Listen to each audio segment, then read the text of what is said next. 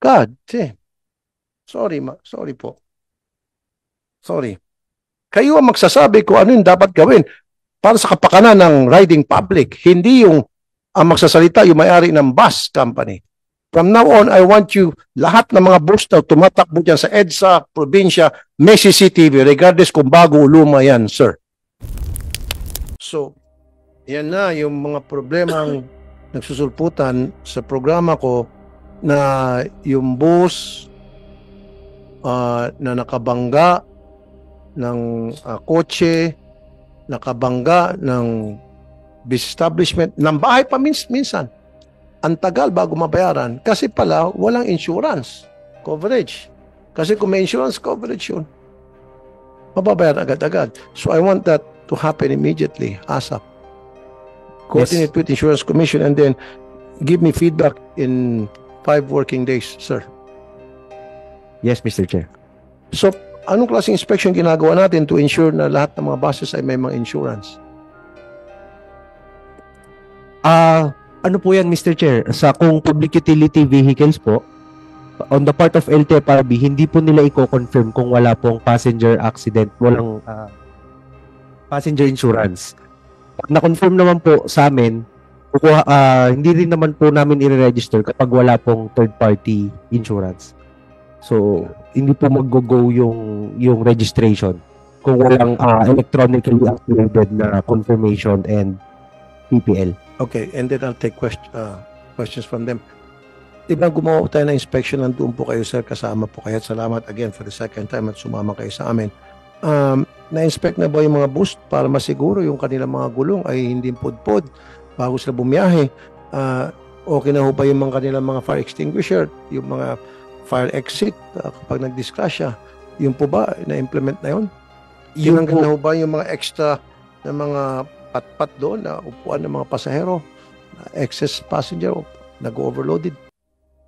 Mr. Chair, as regards po dun sa mga gulong, hindi lang po sa garage natin ini-inspect, hindi po sa mga roadside, flag down po natin sila, chine-check po natin yung mga gulong nila kung pudpud na.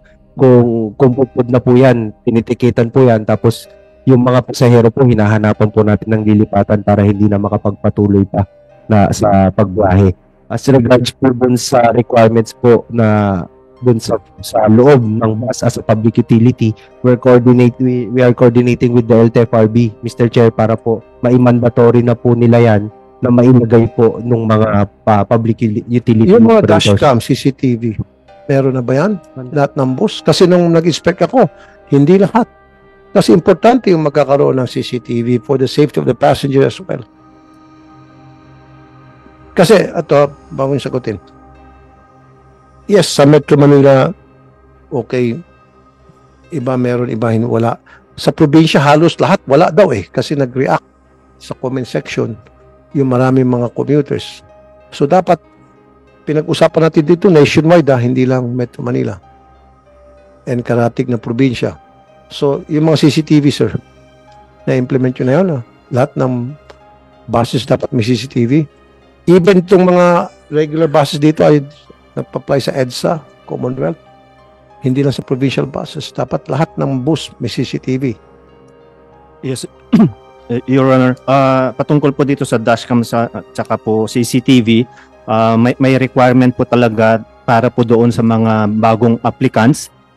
Simula po noong 2018 po, ni-require na po yung mga bagong applicants ng CCTV at dashcam. Ang ginagawa po ng LTFRB doon po sa mga prior po na nakapag-apply po, yun po yung kumukuha pa po kami ng consultation sa mga public utility operators po natin. Siyempre po may dagdag gastos po kasi. Oh no, stop. Stop. Kayo ang LTFRB, kayong otoridad.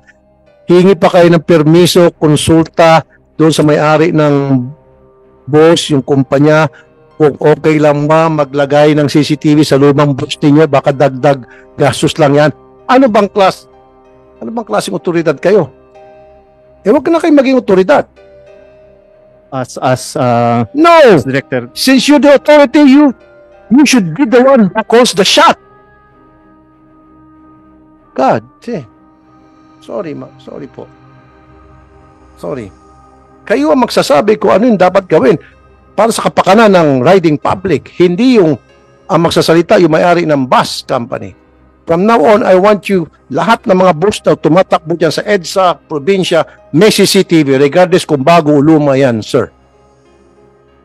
And I want in 5 working days, update niyo po ako, sir, kung anong ginawa niyo, sir. Your Honor, Yes, Your Honor. Yes, tama po kayo. So magtutulungan po kami ng LTFRB to implement things that you mentioned today, wherein ika nga yung paghingi po ng paalam. I think it is in our authority po to implement things as long as safety po ang ating objective. Thank you, Your sir. Honor. Thank you. Bakit ang magde-decide yung may-ari ng bus kung safe ba ang bus nila o hindi at hindi yung LTFRB? Kayong otoridad eh. And I want all buses, public buses, na merong emergency exit. Na in case of emergency, meron silang bintanang tatakasan.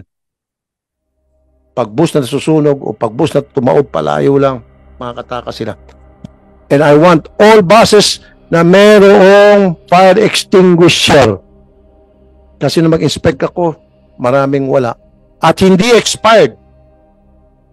Bagong refill. And I want that fully implemented. At ito pa, isa pa. Tuloy-tuloy pa rin ako nagreklamo. Ayoko na makarinig ng mga bus terminal na naglalagay na may CR para sa kanilang pasahero at naniningil ng 5 pesos, 10 pesos. Lahat ng CR ngayon sa lahat ng bus terminal, libre. Pag ako makachamba dyan, sa maniwala kayo sa hindi, minsan pupunta ko ng probinsya, pupunta ko Isabela, pupunta ko ng Batangas, subukan ko, pupunta ko ng Cebu, subukan ko pumunta sa bus terminal, incognito. At kapag meron pa rin bus terminal na naniningil sa mga CR, pagmumurahin ko kayo, promise, off-air nga lang. Hindi nga lang sa publiko. Pagmumurahin ko kayo, LTFRB, LTO, ay LTFRB and DOTR, nakapagod na eh. Please, niloloko natin yung mga riding public. Dapat kasama na sa bayad ng pasahero, yung pasahe nila, yung libreng CR. Maniningil eh. Pag yung gusto mong libreng CR, mabaho, madumi, sige. Gusto mo yung mabango at may toilet paper and all, alagado ka, 10 pesos. Buksan pareho lahat ng CR yan. Pagandahin at libre lahat. Gusto ko po mangyari yan, can you assure me, Yusek Ortega, effective immediately? Kasi, di ba, nung nag-inspect ako, may mga nagsunod. Pero, yung mga taga Mindanao, taga Visayas, sabi, hindi, dito, sir, tuloy-tuloy pa rin, nagbabayad pa rin kami. Yes, Your Honor. In fact po, to be fair with LTFRB, lalo na po si Chair Guadis, yun po yung sinagot niya sa inyo, naalala ko po yun, and precisely after a week he was doing it. So wala lang po akong report kung eksakto ano po yung development. I-suspend nyo yung Kasama po ano, yun. o multahan nyo na malaki yung may-ari ng bus na ayaw pong sumunod. Sige, kanina pa nagtatas na kamay.